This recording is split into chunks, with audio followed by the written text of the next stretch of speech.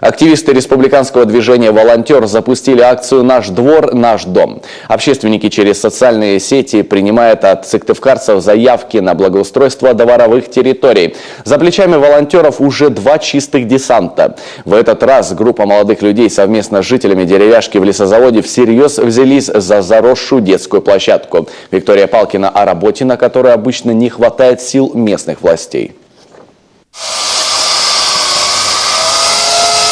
Пилой Евгений Жижин управляет уверенно. Многолетний ивняк явно не хочет покидать свою территорию. Но выбора у кустарника нет. На месте заросли должна появиться детская площадка. Объем действительно большой, потому что столько ивника не представлял, просто не был на этом месте до этого. Вот. Сложности, да в принципе никаких сложностей. Главное желание. Жители этой деревяшки вышли на подмогу волонтерам. Обязанности распределены четко. Одна группа разбирает заброшенную деревянную эстакаду, другая убирает крупный мусор. На генеральную уборку своего двора вышла даже детвора. После зимы все убираемся, выходим. Эту площадку тоже в том году вместе делали. Кто колеса привез откуда, кто где что нашел. Это РУ выпросили, дали нам. Только одно вот это, и все, больше ничего. Чего так выходим все вместе всегда. Лопаты, мешки для мусора и перчатки больших вложений эта генеральная уборка не потребовала. Спонсоры помогли с транспортом для вывоза собранного мусора и с песком, чтобы отсыпать будущую площадку.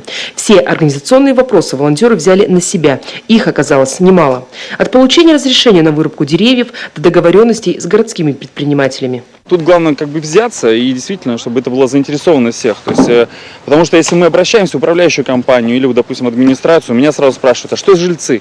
Если жильцы хотят, они говорят, да, действительно, жильцы хотят, собирают подписи, вообще нет проблем. То есть все зависит все-таки от инициативы, а не от того, что все сложно. Главная проблема волонтеров – короткое северное лето. За оставшиеся 1,5 месяца активисты успеют благоустроить не больше 5 дворов. А заявки от сыктывкарцев поступают. В следующем году акция «Наш двор, наш дом» продолжится, заверили в общественной организации. И все же призвали жителей самих приложить усилия к благоустройству территорий. Виктория Палкина, Дмитрий Ведеренков, телеканал Юрган, Сыктывкар.